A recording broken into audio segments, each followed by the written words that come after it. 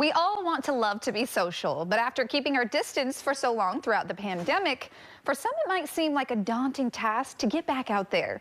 In honor of July being Social Wellness Month, author of Be Seen, Jen Gottlieb, is with us to share some tips on getting back out on the social scene and restoring your social stamina. Jen, thanks so much for joining us today.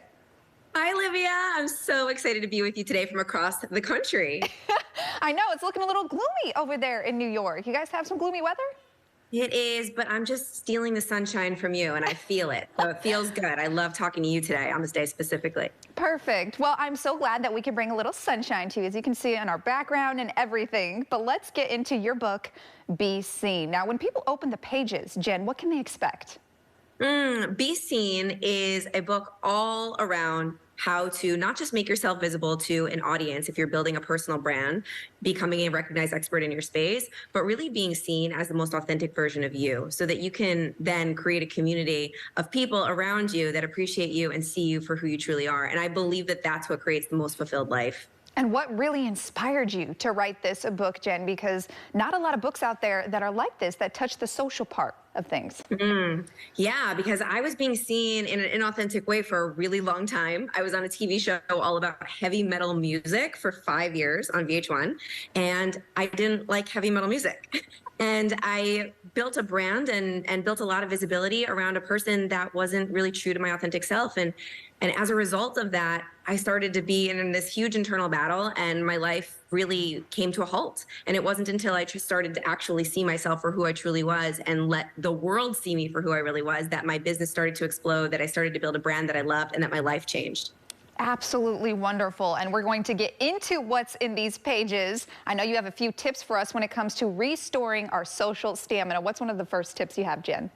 Yeah, so it's all about connection. The third part of the book is called Be Connected, because if you can't connect to a tribe of people that really lift you up and support you and see you for who you really are, then what's the point of any of it, right? Connection is what we thrive off of as people and what makes us happy. So I have 4 tips for connecting with people in real life if you are a little bit introverted, or maybe you're out of practice because of the pandemic, you've been inside for a while. And my first one is, whenever you are in a space where you're connecting with someone new, whether that's virtually or in person, a really cool thing to do to make someone immediately feel comfortable with you is to acknowledge the elephants in the room, which means to just be vulnerable and open about what's really going on. So I always, whenever I'm at a party with someone, I try to figure out maybe what they're thinking and I'm thinking, but no one wants to say it. Almost, it's like, gosh, I haven't been wearing heels for like the last week and my feet are killing me right now. Are yours too? And then it always makes us like just open up that door and connect, like, oh my God, I thank God for saying something. I have not worn these shoes in forever either, and I really want to take my shoes off right now. You immediately just connect with somebody.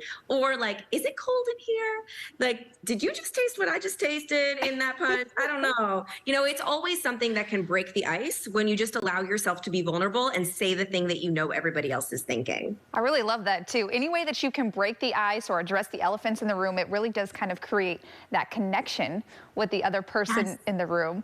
And another tip that you have, don't be interesting, but be interested. What does that even mean, Jen? Yes. So a lot of times we get nervous going into a room talking to people because we're so worried about trying to figure out how we can be interesting and how we can talk about ourselves and make people like us. The key to making somebody feel absolutely amazing after they have a conversation with you is allowing them to talk about their favorite topic, which is themselves. People love talking about themselves. And part of being seen is making other people feel seen. And I guarantee you that if you just walk into a conversation just trying to be unbelievably interested in the person you're talking to and genuinely ask them questions, first of all, it's going to make that person feel so incredible and walk away from that conversation thinking that you are the greatest conversationalist of all time. And second of all, it takes all the pressure off of you, and you don't have to worry about trying to impress anybody because you're focused on being interested in the other person. And then a good conversationalist, if you're talking to somebody that is someone that also knows how to have a conversation, they'll ask you questions and it can just go with the flow. But if you walk into a room being interested instead of trying to be interesting, you'll have the upper hand and connecting will feel so much easier. Love that tip. That is another really great tip. Now, also, when you go into social settings, Jen, you say that it's really good to go in there with a goal. But what kind of goals should people be going in there with?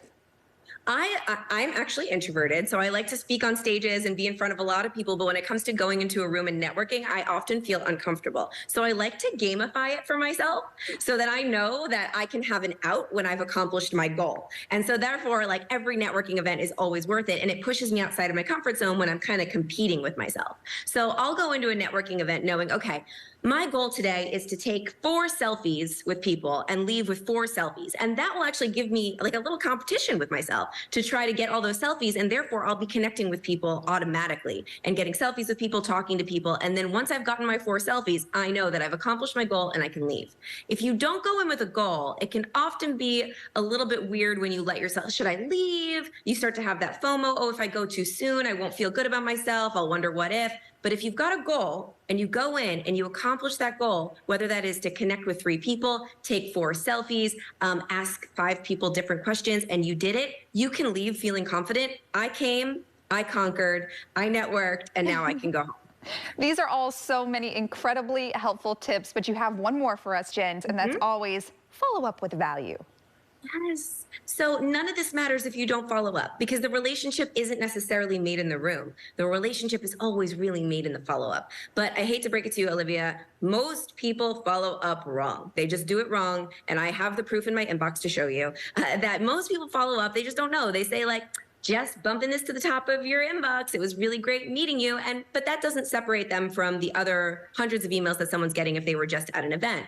The key to make yourself memorable and to form a real authentic connection that's going to last the long term is to follow up with value. So think about when you were having that conversation with somebody and you were being interested and you were finding out all about them. What's something that you could do for them that would provide value for them in the follow-up? Maybe they mentioned that their kid's first soccer game was the next day. Maybe you could follow up and say, hey, I was just wondering how Jimmy's soccer game went. Did he win? I'm sending all of my love, and I'd love to follow up on our conversation another time. Or maybe you found out that they absolutely love sushi, and you're like, guess what? I have a reservation to the newest sushi place in town, and I'd love to take you because I know you said you love sushi. Or maybe it's simply, here's the amazing selfie that we took together. You look so great. I loved hanging out with you. And you send the photo of the 2 of you together to that person so that when they get your follow-up, it's memorable and they feel like you just added value to their life. And the law of reciprocity will just kick in and they'll immediately want to provide value back. So that means they'll want to respond and reciprocate. These were so helpful. I just absolutely loved all 4 of these tips. Jen, thank you so much for giving us some insight into what people can do and see when they open the pages to Be Seen. We really appreciate you. Thank you so much, Olivia. This was so much fun, and I'll be following up with you. Thank you so much.